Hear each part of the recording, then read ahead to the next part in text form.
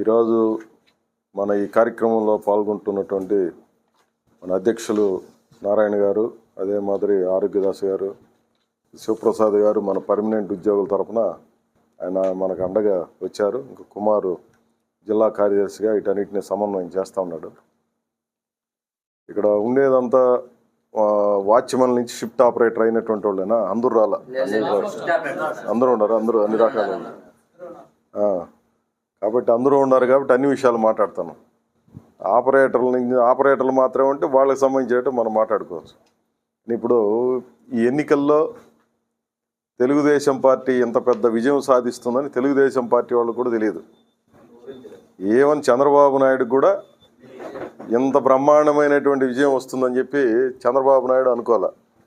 జగన్మోహన్ రెడ్డి కూడా ఇంత ఘోరంగా ఓడిపోతాము, 11 సీట్లకు పడిపోతుంది మన కథ అని ఆయన అనుకోలే. ఇదే పరిస్థితి మీరు 2019 పోండి. 2019లో కూడా చంద్రబాబు నాయుడు అంత ఘోరంగా ఓడిపోతానని చంద్రబాబు నాయుడు అనుకోలే. 151 సీట్లు వస్తాయని చెప్పి జగన్మోహన్ రెడ్డి అనుకోలే. ఆ రోజు ఆ రకంగా జరిగింది, ఈరోజు ఈ రకంగా జరిగింది. ఆ రోజు ఆ రకంగా ఎందుకు జరిగింది, ఈరోజు ఈ రకంగా ఎందుకు జరిగింది? ముఖ్యమంత్రులు మారినారు, విధానాలు మారల. చంద్రబాబు నాయుడు గారు అనుసరించినటువంటి ఏ విధానాలు అయితే ఉన్నాయో అదే విధానాలని జగన్మోహన్ రెడ్డి అనుసరించినాడు. జగన్మోహన్ రెడ్డి అనుసరించిన విధానాలు అదే పరిస్థితులు మళ్ళీ వచ్చాయనుకో చంద్రబాబు నాయుడు హయాంలో. మళ్ళీ ఏమవుతుంది, 2029 వచ్చేటప్పటికి ఈ 5 ఏళ్ళు అయిపోయి 29కి మళ్ళీ ఇదే రకమైనటువంటి ఫలితం వస్తుంది. అంటే జగన్మోహన్ రెడ్డి పోతే చంద్రబాబు నాయుడు, చంద్రబాబు నాయుడు పోతే జగన్మోహన్ రెడ్డి. మన బతుకుల్లో మాత్రం మార్పు ఏమి వచ్చేటట్లేదు. ఈ బతుకుల్లో మార్పు రావాలంటే ఏం చేయాలి? అది ప్రధానమైనటువంటి ప్రశ్న. ఇప్పుడు అందుకనే చెప్తా ఉన్నాం, ఇది ఒక తాన్లో గుడ్డ. ఇవన్నీ రంగులు మాత్రమే వేరు. వాళ్ళు పసుపు జెండా, వీళ్ళ తెల్ల జెండా, ఇంకొక ఆయన వేరే ఏదో జెండా. జెండాలన్నీ ఒక గుడ్లోంచి వచ్చినట్టువే. ఈ పక్క ఏమో ఒక కలరు, ఆ మధ్యలో ఒక కలరు, అటువైపు ఒక కలరు, మొత్తంగా తీస్తే ఒకే గుడ్డ. దాని అర్థం ఏమి? విధానాలందరూ ఒకటే, ఒకే గుడ్డ. విధానంగా చూస్తే కలర్లు చూసి మోసపోతుంటాం మనం. అది ఈరోజు రాజకీయాల్లో నెలకొన్నటువంటి పరిస్థితి. వాస్తవంగా ఎలక్ట్రిసిటీ రంగానికి ఉన్నంత అవకాశాలు కానీ, ఆదాయం కానీ, లేదా దాంట్లో పనిచేస్తున్నటువంటి వాళ్ళకి సౌకర్యాలు పెంచడానికి ఉన్న వనరులు కానీ ఇక ఏ డిపార్ట్మెంట్లో లేవు. ఎందుకనంటే కరెంటు లేకుండా ఏ ఒక్క మనిషి జీవించలేడు. కరెంటుతో ఎంత అనుబంధం ఏర్పడిపోయిందంటే జనానికి, తెల్లారితో నిద్రలేసినప్పటి నుంచి రాత్రి పడుకునేదాకా కరెంటే కనుక లేకపోతే ఇంక చాలా పనులు ఏమీ చేయలేడు. కాబట్టి నువ్వు కరెంట్ అనేది అనివార్యమైనటువంటి, నీళ్లు తాగేదానికంటే గాలి పీల్చేదానికంటే కూడా ముఖ్యమైనట్టుగా అయిపోయింది ఇప్పుడు పరిస్థితి. ఆఖరికి ఆసుపత్రిలో పోతే గాలి పీల్చుకోవాలన్నా నీకు కరెంట్ ఉంటేనే కదా మిషన్ పెడితే పనిచేసేది. ఇట్లాంటి ముఖ్యమైనటువంటి ఇదిగా అయిపోయినటువంటి రంగంలో ఆదాయం ఏమీ తక్కువ లేదు. 2014లో పోలిక చేస్తే 2019కి వచ్చేటప్పటికి ఆదాయం చాలా పెరిగింది. 2019 నుంచి ఇప్పుడు 2024కు చూస్తే కూడా ఆదాయం పెరిగింది. ఆదాయం ఏమీ తక్కువ లేదు. కానీ దాన్ని నమ్ముకొని జీవిస్తున్నటువంటి వాళ్ళ యొక్క బతుకులు మాత్రం ఆదాయం లేదు, చాలా తగ్గిపోయింది. ఘోరమైనటువంటి పరిస్థితి ఉంది. దాన్ని ఆధారం చేసుకొని దోపిడీ చేస్తున్నటువంటి కాంట్రాక్టర్ల ఆదాయం పెరిగింది, ఎమ్మెల్యేల ఆదాయం పెరిగింది, లేదా దాన్ని అడ్డం పెట్టుకొని వ్యాపారం చేసే పెద్ద మనుషుల ఆదాయం అంతా పెరిగింది. కానీ దాన్ని నమ్ముకొని బతుకుతున్నటువంటి వాళ్ళ బతుకుల్లోనే దుర్భరమైనటువంటి పరిస్థితులు నెలకొని ఉన్నాయి. ఇది ఎట్లా పరిష్కారం అవుతుంది? పరిష్కారం కావాలంటే మంచి రాజకీయాలు వస్తే తప్ప పరిష్కారం కాదు. ఏది మంచి రాజకీయాలు? గెలిచినోడిదంతా మంచి రాజకీయాలు, ఓడిపోయినోడిదంతా చెడ్డ రాజకీయాలు అనుకుందామా? 2014లో చంద్రబాబు నాయుడు ఓడిపోయినాడు, ఆయనది చెడ్డ రాజకీయం. జగన్మోహన్ రెడ్డి గెలిచినాడు, ఈయన మంచి రాజకీయం అని అనుకుంటే 2024కు వచ్చేటప్పటికి జగన్మోహన్ రెడ్డి ఓడిపోయా, చంద్రబాబు నాయుడు గెలిచా. అంటే ఏది మంచి రాజకీయము? ఇప్పుడు ఓడిపోయినాడంతా మంచోడు అనుకునే పరిస్థితి వచ్చేస్తూ ఉంది. ఇప్పుడు చంద్రబాబు నాయుడు చాలా గొప్ప ఘోరమైనటువంటి, చంద్రబాబు నాయుడు కంటే ఘోరమైన ఆయన ఎవరు నిన్నటిదాకా? Chittoor MLA YCP. ఆడ చెడిపోయినోడు ఈడకు వచ్చేటప్పటికి మంచివాడు అయిపోయినాడు. ఆడేమో చల్లని కాస. ఆడ కనుక ఆయన వైసీపీ తరఫున పోటీ చేసి ఉంటే చిత్తుగా ఓడిపోయింటాడు, దాంట్లో ఏమీ సందేహం లేదు. అంటే ఆడ చల్లని కాస అయినాడు, తిరుపతికి వచ్చేటప్పుడు చెల్లిని కాస అయిపోయినాడు. ఇట్లా గెలిచినవాడు చాలామంది కదా. ఈ రాష్ట్రంలో ఎమ్మెల్యేలుగా పోటీ చేసిన వాళ్ళు, ఎంపీలుగా పోటీ చేసినారు. వేల కోట్ల రూపాయల అధిపతులు వీళ్ళంతా కూడా. 100 కోట్లు ఖర్చు పెట్టేంత స్తోమత ఉందంటే అంటే వాడికి ఎన్ని వందల కోట్లు ఉంది. ఇట్లాంటి వాళ్ళు పార్లమెంట్లో, అసెంబ్లీలో కూర్చొని షిఫ్ట్ ఆపరేటర్లకు ఏం కష్టం వచ్చింది, వాచ్మెన్లకు ఏం కష్టం వచ్చింది, లైన్మెన్లకు ఏం కష్టం వస్తుంది, లేదంటే చిన్న చిన్న ఎలక్ట్రిసిటీలో పనిచేసే వర్కర్లకు ఏం కష్టం వస్తుంది, సాధారణ ప్రజలకి ఏమి కష్టాలు వస్తున్నాయి, రైతులు ఏమి ఇబ్బంది పడుతున్నారు, వ్యవసాయ కూలీలు ఏమి ఇబ్బంది పడుతున్నారు, లేదా పసిబిడ్డలకి చదువు ఎట్లా ఉంది, అనారోగ్యంతో ఉన్నటువంటి వాడికి ఆరోగ్యం కోసం ఆసుపత్రులు ఎట్లున్నాయి, ఇట్లాంటి విషయాల మీద చర్చిస్తాడని మనం అనుకుంటాడు గెలిచిన ప్రతి ఒక్కడు. అవిలే గెలిచిన ప్రతి ఒక్కడు ఏం చేస్తున్నాడంటే ఎన్నికల్లో ఎంత ఖర్చు పెట్టినాడో దానికి 10ంతలు ఎట్ట వసూలు చేసుకోవాలన్న దాని మీద వాళ్ళ కేంద్రీకరణ ఉంటా ఉంది. ఈ పరిస్థితులు ఏమవుతుంది, అందరికంటే ముందుగా అధికారులు పోయేసి, సార్ మొన్నటిదాకా జగన్మోహన్ రెడ్డి ఈ పద్ధతిలో మొత్తం తింటా ఉన్నాడు, ఇప్పుడు మీరు వచ్చారు కదా, ఇంతకంటే ఇంకొక 10% ఎక్కువ నేను తెచ్చిస్తాను, నన్నే కొనసాగించండి అనేటువంటి పెద్ద మనుషులు తయారైపోయినారు కొంతమంది. అంటే సొసైటీలో మళ్ళీ అటతిప్పి ఇటతిప్పి సామాన్యుడిని కొట్టి దాని నుంచి పెరుక్కొని వీళ్ళు బొజ్జలు పెంచుకునే కార్యక్రమం తప్ప ఆ సామాన్యుడి బతుకులో ఏం మార్పు తేవాలన్నటువంటి చర్చే లేదు. చూసాం ఈ 5 ఏళ్ళు అసెంబ్లీకి పోతే బూతులే, మామూలు బూతులు కాదు కదా. మన బిడ్డలతో మనం అట్లా మాట్లాడతామా? మన కుటుంబ సభ్యులు లేదా సాధారణ జనంలో అట్లా మాట్లాడతామా? సమాజానికి ఒక మర్యాద నేర్పించాల్సినటువంటి వాళ్ళు, పద్ధతి నేర్పించాల్సినటువంటి ఈ పెద్ద మనుషులంతా కూడా అమర్యాదకరమైనటువంటి పనులని చేశారు ఈ 5 ఏళ్ళు. అంత మునుపు అదే పరిస్థితి. అందుకని ఇప్పుడు వచ్చినటువంటి నూతన ప్రభుత్వం, పవన్ కళ్యాణ్, చంద్రబాబు నాయుడు సంయుక్తంగా ఏర్పాటైనటువంటి ఈ ప్రభుత్వం అయినా గత ప్రభుత్వ తప్పుల్ని చేయకుండా మార్పు చేయండి అని మనం అడుగుతున్నాం. గత ప్రభుత్వ హయాంలో 9 సార్లు విద్యుత్ ఛార్జీలు పెంచారు అని చెప్పి మొన్ననే ఒక విశ్లేషణ వచ్చింది. 9 సార్లు పెంచాడా, 12 సార్లు పెంచాడా అన్నదాంతో మన లెక్కల్లో తేడా ఉండొచ్చేమో, కానీ 2019లో ఎంత కరెంట్ ఛార్జీ ఉందో 2024కి వచ్చేటప్పటికి అంతకు 4-5 ఇంతలు పెరిగిపోయింది. అందరికీ ధరలు పెరిగినాయి. అంటే దాని అర్థమేమి? ప్రజలకేమో ధరలు పెరుగుతూ ఉన్నాయి, ప్రభుత్వ సంస్థగా ఉన్నటువంటి ఎలక్ట్రిసిటీకి, ఎస్పీటీసీలకి ఆదాయం పెరిగింది, ట్రాన్స్కోకి ఆదాయం పెరుగుతోంది, జెన్కోలకు ఆదాయం పెరుగుతోంది. ఈ ఆదాయాలన్నీ ఎక్కడ పోతున్నాయి? ప్రభుత్వ సంస్థలకేమో ఆదాయం పెరుగుతున్నట్టుగా మనకు కనిపిస్తుంది. దాని చుట్టూ ఉన్నటువంటి ప్రైవేట్ వాళ్ళకి ఆదాయం పెరుగుతూ ఉంది, కానీ దీన్ని నమ్ముకున్నటువంటి వాడికి ఆదాయం పెరగడం లేదు. కారణమేమి? మీరు చూసి ఉంటారు, ఓ పెద్ద చర్చ జరిగింది. ఈ బాండ్ల పథకం, ఎన్నికల బాండ్లు విన్నారు కదా పేరు. ఎన్నికల బాండ్ల పథకంలో షిరిడి సాయి కడప జిల్లాలో ఉన్నాడు కదా, షిరిడి సాయి వాడు జనసేన వాళ్ళకి 10 కోట్లు ఇచ్చినాడు, చంద్రబాబు నాయుడికి 50 కోట్లు ఇచ్చినాడు. జగన్మోహన్ రెడ్డికి అధికారంలో ఉన్నటువంటి ముఖ్యమంత్రికి ఎంత ఇచ్చుంటాడు? ఎన్ని కోట్లు ఇచ్చుంటాడు? ఎట్లా ఇచ్చాడు? ఎట్లా సాధ్యమైంది? దాని అర్థమేమి? అంటే నువ్వు 100 కోట్లు ఇస్తున్నావంటే 1000 కోట్ల ఆదాయం ఉంటే కదా. అంటే ఇట్లాంటి వాళ్ళకి పంచే కార్యక్రమం చాలా పెద్ద ఎత్తున జరిగింది. ఇది అన్ని చోట్ల అవినీతి తారాస్థాయికి వెళ్ళిపోయింది. అందుకని మనం చేయాల్సిందేమనంటే ప్రశ్నించడం ద్వారానే పరిష్కారం అవుతాయి తప్ప రాక్షసుల దగ్గర పోయి కాళ్ళు పట్టుకుంటే అవ్వదు. ఎట్లో గట్ట ధ్వంసం చేయాలి ప్రభుత్వ రంగాన్ని, దాని నుంచి ఎట్ట తినాలని చెప్పి ప్రయత్నం చేసే వాళ్ళ దగ్గర పోయి కాళ్ళు పట్టుకొని మనం ఎన్ని రకాల ప్రయత్నాలు చేసినా పరిష్కారం దొరకదు. ఇప్పుడు మన మదనపల్లి కాదిరాడు ఉన్నాడు కదా, ఆయన సమస్య మీద మేమే ఒక 20 సార్లు పోయింటాం. సిఎండితో మాట్లాడినాం, ఈఆర్సీ చైర్మన్తో మాట్లాడినాం, నాకు తెలిసిన అధికారులందరితో మాట్లాడించినాం, మళ్ళీ విజయవాడలో మాట్లాడినారు. అందరితో మాట్లాడుతున్నాం, పని మాత్రం జరగడం లేదు. ఇదేమీ అర్థం కావడం లేదు. కేసు అన్న వేసేయండి అని చెప్పినాం. మేము కేసు వేస్తామని చెప్పి ప్రయత్నం కూడా జరిగింది. నేను విజయవాడలో పోయి మాట్లాడినాను, ఇక్కడ డీసీఎల్తో మాట్లాడినాం, జేసీఎల్తో మాట్లాడినాం. వాళ్ళు పోయి వాళ్ళ ఎమ్మెల్యే దగ్గర కూడా చెప్పించారు, మదనపల్లి ఎమ్మెల్యే దగ్గర. ఎమ్మెల్యే మాట కూడా లెక్క చేయాలి. కొత్త ప్రభుత్వంలో ఎమ్మెల్యే మాట లెక్క చేయాలా, మేము చెప్పినా జరగలా, ఎవడు చెప్పినా జరగలా. మళ్ళీ లోకేష్ దగ్గర పోయి ఆడించి చెప్పిస్తే చేశాడు అంటాడు. అంటే రూల్ ఉంటే అందరికి ఒకటే రూల్ కదా. లోకేష్ చెప్పినా, చంద్రబాబు నాయుడు చెప్పినా జరగకూడదు కదా. మనకు వచ్చేటప్పటికి ఒక రూలు, పైన ఉన్నటువంటి పెద్దోడు చెప్తే ఏ రూల్స్లే చేసుకున్నారు. ఉద్యోగంలో ఇప్పుడు చేరినారు ఆయన. అంటే సామాన్యుడు నిజంగా బాధలో ఉన్నటువంటి కాదిరి కంటే ఎవరో వాళ్ళ బంధువులు స్నేహితులు ఎవరు తెలుసు కాబట్టి చెప్పినాడు, పని అయింది. ఇంకా మామూలు రోజు లోకేష్ దగ్గర పోయి చెప్పించగలమా మనం?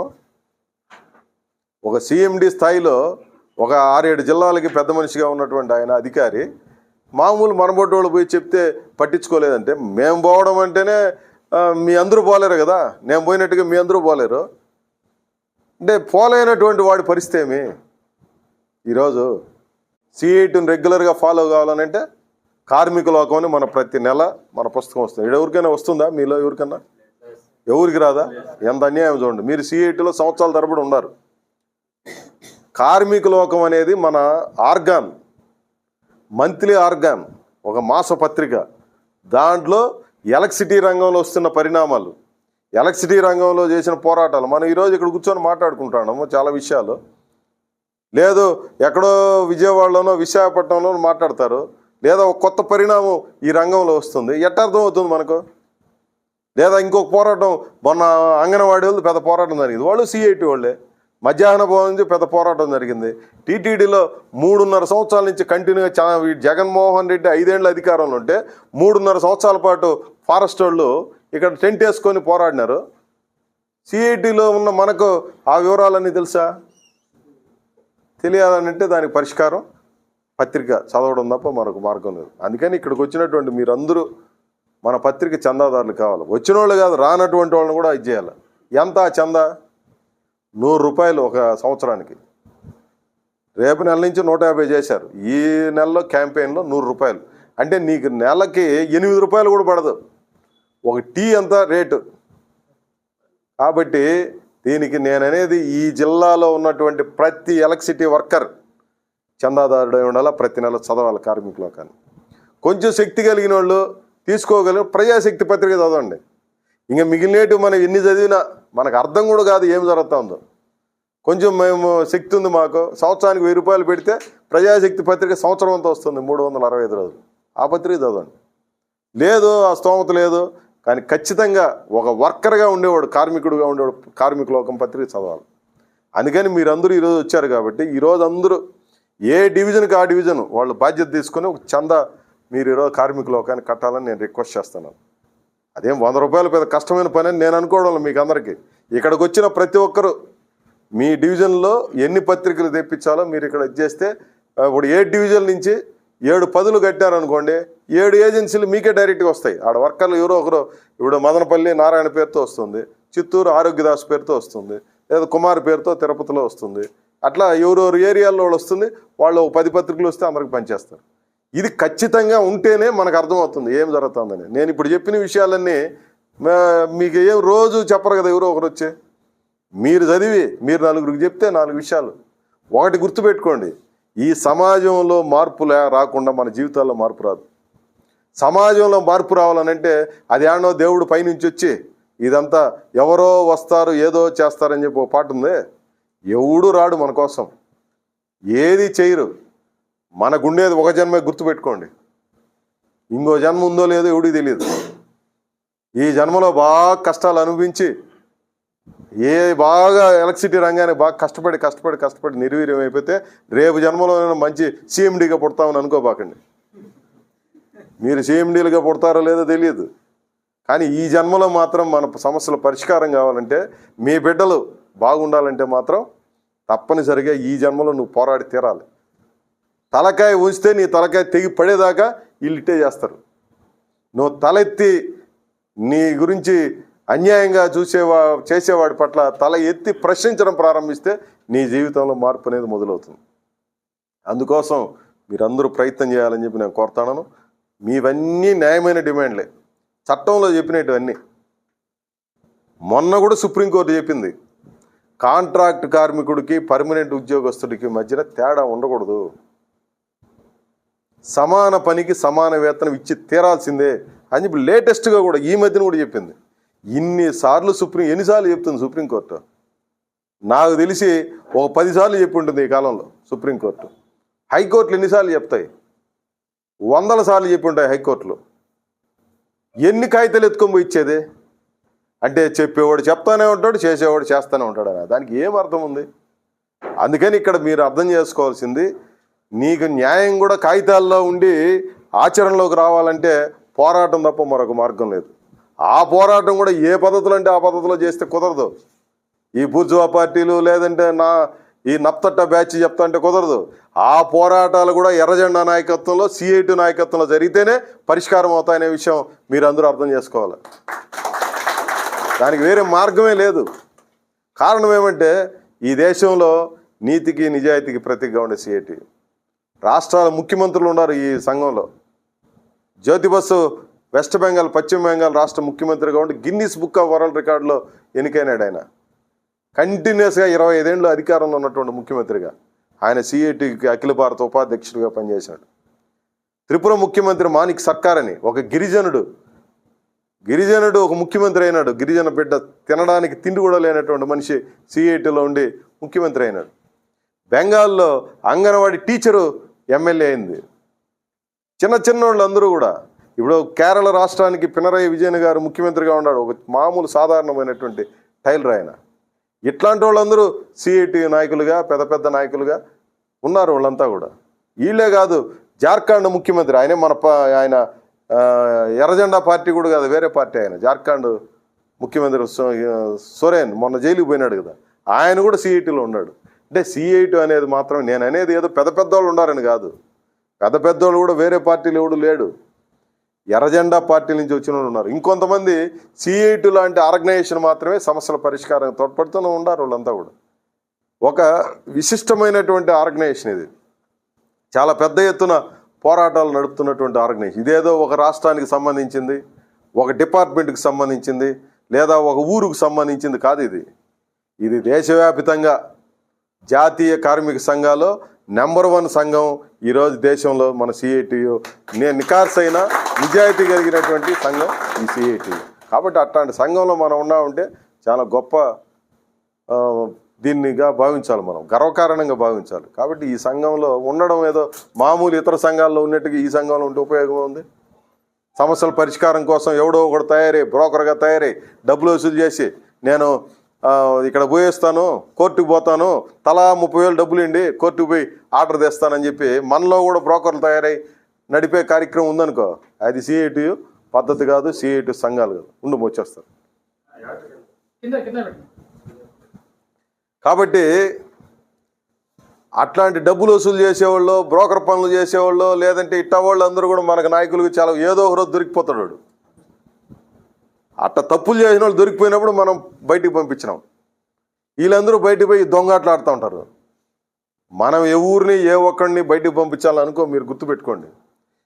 నిజాయితీగా ఉండేవాడిని ఈడ నెత్తినెక్కించుకొని నడుపుతాం మనం. తప్పులు చేసేవాడిని నువ్వు పదరా నాయన సార్లు నువ్వు చేసింది, నువ్వు బయటికి పో, నీలాంటి వాడు ఉంటే నీలాంటి వాడు ఇంకో 10 మంది బ్రోకర్లు తయారైతే సంఘం సర్వనాశనం అవుతుంది అని చెప్పి కనిపెట్టి బయటికి పంపించినాం. కాబట్టి ఇట్లాంటి వాళ్ళు కూడా రకరకాల మాటలు, వ్యవహారాలు ఇవన్నీ చేస్తూ ఉంటారు.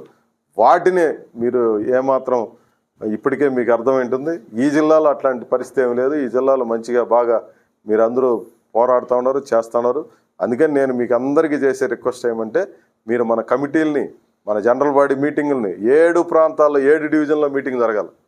కుమారు, నారాయణ అన్ని చోట్లకి తిరగాల, ఆరోగ్యదాసు కూడా వీలైతే అన్ని చోట్లకి తిరగాలి. కానీ వీళ్ళిద్దరూ మాత్రం తప్పనిసరిగా 7 డివిజన్లో తిరగాల. తిరిగి మీటింగులు పెట్టి కమిటీలు ఏర్పాటు చేసి అక్కడ సమస్యలన్నీ తెలుసుకొని మొత్తం 7 డివిజన్లో మీటింగ్ అయిన తర్వాత రండి, నేను తీసుకోపోతా సీఎండీ దగ్గరికి, మనం మాట్లాడదాం. 7 డివిజన్లో ఇట్లాంటి సమస్యలు ఉన్నాయి, ఇవి కూడా పరిష్కారం చేయకుండా మీరు ఆ తర్వాత మీరు పెట్టండి పోరాటం, ఎడ జరుగుతుందో చూద్దాం, అప్పుడు పోదాం. మనం రాయల్గా అన్నీ క్షేత్రస్థాయిలో ఏముందో పరిస్థితులు వాటన్నిటిని అధ్యయనం చేసి ఆ సమస్యలు తీసుకొని పోయి మనం చెప్దాం. అదేదో ఒక్క ఆపరేటర్లు లేదా వాచ్మెన్లు లేదా లైన్మెన్లు లేదా బిల్లు వీళ్ళు ఇట్లాంటిది అవసరం లేదు. అందరి విషయాలు మనం సీరియస్గా తీసుకొని చేద్దాం అనేది నేను మీకు రిక్వెస్ట్ చేసేది. దానికి ముందు మీరు ఈ పని చేయండి. దాని తర్వాత కార్మిక లోకం తప్పనిసరిగా మీరు సబ్స్క్రైబర్లు అవ్వాలి. ఇక్కడికి వచ్చిన ప్రతి ఒక్కళ్ళు మీకు ఆ రెసిప్ట్ బుక్స్ అవి కూడా ఇక్కడే ఉన్నాయి. కాబట్టి ఖచ్చితంగా మీరు అందరూ తీసుకోమని చెప్పి నేను కోరుతాను. ఎందుకనంటే మీరు చదవకుండా తెలుసుకోకుండా ఏం ఉపయోగం లేదు. ప్రతి సంవత్సరము ఆటోమేటిక్గా సబ్స్క్రైబర్స్ అవ్వాలి. మీరు కొంత స్తోమత ఉండేవాళ్ళు మీరు ప్రజాశక్తి పత్రిక తీసుకొని చదవండి. మీరు చదవకుండా తెలుసుకోకుండా మనం ఏమీ చేయలేము. ఈ సంఘాన్ని మీరు మరింత ఉన్నతమైనటువంటి స్థితికి తీసుకెళ్తారని, మీరు చేపట్టబోయే అన్ని రకాల పోరాటాలకి మన CITU అండగా ఉంటుందని చెప్పి నేను తెలియజేస్తూ మీరు మరింత ఉత్సాహంగా పనిచేయాలని కోరుతూ సెలవు. నమస్కారం.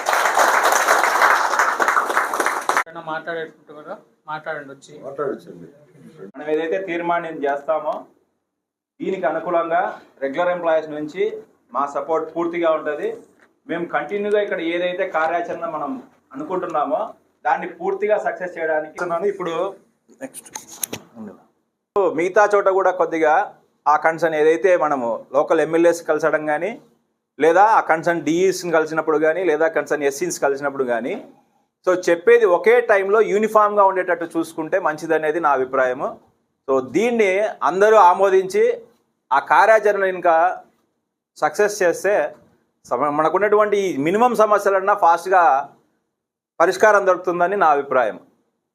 ఇంకా ఫర్దర్ కమిటీ మనం ఇక్కడ కార్యాచరణ దీని గురించి ఫర్దర్ మనం డిస్కస్ చేస్తాము. ఈ లోపల సభను ఉద్దేశించి కందారమూర్తి ఈరోజు ఈ జిల్లా స్థాయి చుట్టుపక్కల నుంచి అదేవిధంగా వేరే జిల్లాల నుంచి కూడా ఇక్కడికి మిత్రులు రావడం జరిగింది. ఏమిరా అంటే మనం ఎదుర్కొంటున్న సమస్యలపైన గత 5 సంవత్సరాలుగా మనకి ఏమీ ఒరిగింది ఏమీ లేదు, అందరికీ తెలిసిన విషయమే. ఆ ప్రభుత్వం ఏదో వినింది పోయింది, ఆఖరికి పాతాళంలో కలిసిపోయింది.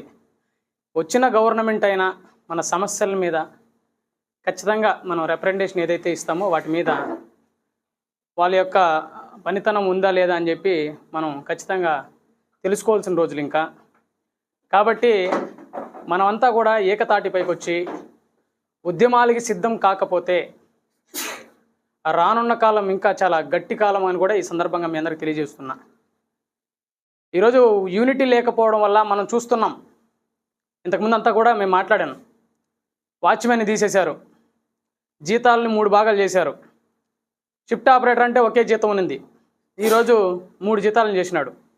ఈరోజు రాత్రుల్లో ఏదైనా జరిగితే చెప్పేదానికి కూడా వాచ్మెన్ లేకుండా పూర్తిగా ఉన్నటువంటి వాచ్మెన్ కూడా తీసుకెళ్ళి ఫీల్డ్లో వాడుకోవడం జరుగుతూ ఉంది. ఆ వాచ్మెన్ కూడా ఏదైనా మంచి స్థాయిలో ఏదైనా జరిగితే దానికి రెస్పాన్సిబిలిటీగా ఉందా అంటే పూర్తి రెస్పాన్సిబిలిటీ లేదు. పూర్తిగా ఒక ఉద్యోగ భద్రత లేని పరిస్థితి ఉంది. 1,30,000 రూపాయలు మనకి అమౌంట్ రావాల్సి ఉన్నా పర్మనెంట్ ఎంప్లాయీకి కడుపు నిండోడికి అన్నం పెడుతున్నారే కానీ ఈ యొక్క యాజమాన్యము గవర్నమెంటు ఆకలితో అలమటిస్తున్నటువంటి కాంట్రాక్ట్ కార్మికులు అనేక మార్లు రిప్రజెంటేషన్ ఇచ్చిన గత గవర్నమెంట్ అయితే పూర్తిగా పట్టించుకోవాలా. ఇప్పుడు వచ్చినటువంటి గవర్నమెంట్ కూడా మనం ఆల్రెడీ రిప్రజెంటేషన్లు ఇవ్వడం జరిగింది. కాబట్టి ఈ రిప్రజెంటేషన్లు ఎంతసేపు మనం ఫోజులకి రిప్రజెంటేషన్లు ఇచ్చేదానికి బాగున్నాయి, ఇట్లా కాదు. ఖచ్చితంగా దీని మీద ఒక ఏకతాటికే పైకి వచ్చి ఉద్యమాలు చేస్తే తప్ప ఈ యొక్క యాజమాన్యము గవర్నమెంట్ మారే పరిస్థితి లేదని చెప్పి ఈరోజు నిర్ణయించుకొని ఈ మీటింగ్ పెట్టడం జరిగింది. ఈ మీటింగ్లో ముఖ్య ఉద్దేశం ఏమిటంటే 2వ తారీఖున ఈ మీటింగ్తో పాటు అన్ని జిల్లా కేంద్రాలలో ఈరోజు రిప్రజెంటేషన్లు ఇస్తుంది CITU యూనియన్గా. మనకు ఉన్నటువంటి సమస్యల్ని ఆ మెమొరండంలో పెట్టి మేము ఉద్యమానికి సిద్ధమవుతున్నాము, కాబట్టి మా సమస్యల్ని మీరు పరిష్కరించకపోతే మాకు ఉద్యమే శారణ్యం అని చెప్పి ఈరోజు అన్ని జిల్లా కేంద్రాల్లో కూడా రిప్రజెంటేషన్లు ఇవ్వడం జరుగుతుంది. అదేవిధంగా ఈ నెల 12వ తారీఖున అనుకోని ఉన్నాము SPDCL కార్యాలయం ముందర ఒక పెద్ద ధర్నా కార్యక్రమం చేయాలని, కానీ డేట్ కూడా మారే అవకాశం ఉంది. ఆ ఉద్యమానికి కూడా మీరందరూ కూడా కట్టుబడి మనం ఈరోజు 100 మంది పైచిలుకయ్యడ మీటింగ్ చేయాలని నిర్ణయించుకున్నాం.